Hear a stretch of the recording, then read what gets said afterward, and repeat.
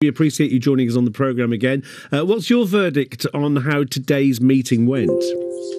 Yeah, thanks very much, Stephen. Good to be back on the programme. Well, it's very good to welcome the campaigners down to Parliament. Unfortunately, it was sunny rather than like the downpours we had yesterday. And we had a good conversation. I was pleased that other local MPs were able to join the meeting, whose constituents work and rely on the QEH.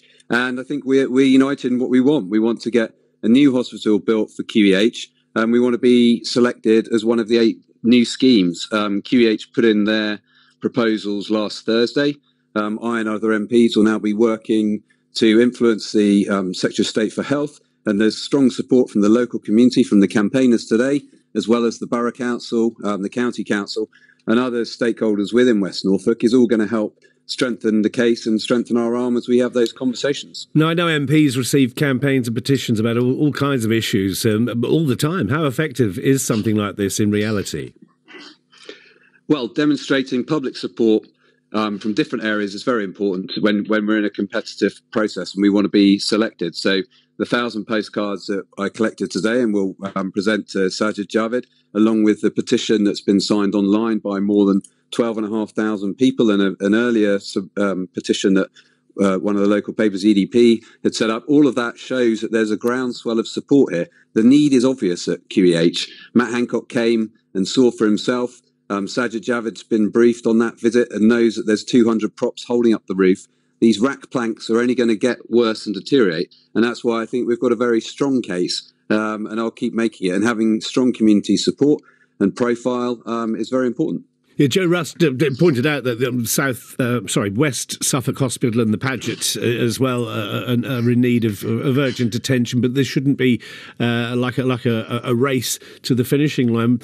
How do you persuade the Health Secretary to take this issue seriously before someone at the Queen Elizabeth Hospital comes to grief because of the repairs that haven't been carried out?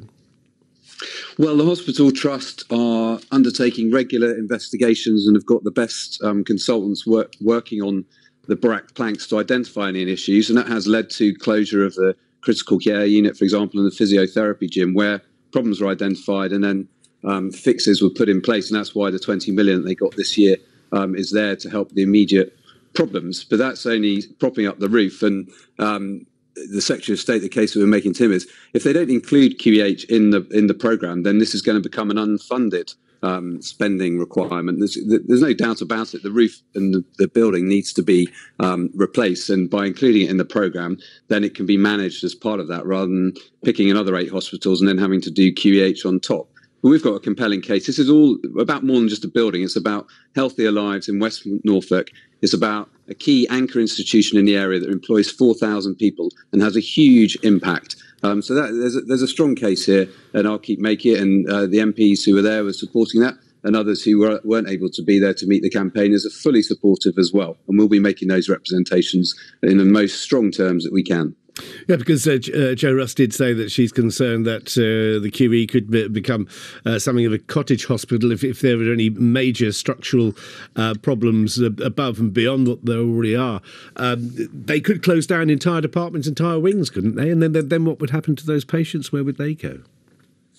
Well, the ambition that the QEH management and staff have is to be the best rural district general hospital, and getting the rebuild, getting the infrastructure, the better use of technology, having a hospital that's designed for modern care pathways is exactly what we need to do. So that's what I'm focused on. And I think the QEH is going to remain an important hospital in the area, serving people not just in Norfolk, but across Cambridgeshire and Lincolnshire as well. 300,000 people plus are served by that hospital.